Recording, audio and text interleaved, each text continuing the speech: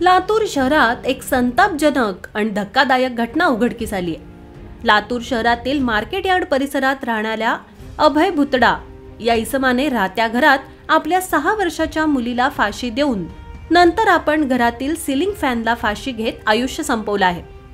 Gate number 4 जवळ मोतीनगर मधील रामकाशी या इमारतीत दुसऱ्या मजल्यावरती भाड्याने राहत असलेल्या अभय लखन भुतडा वय वर्ष 36 या हॉटेल व्यावसायिकाने हे कृत्य केले।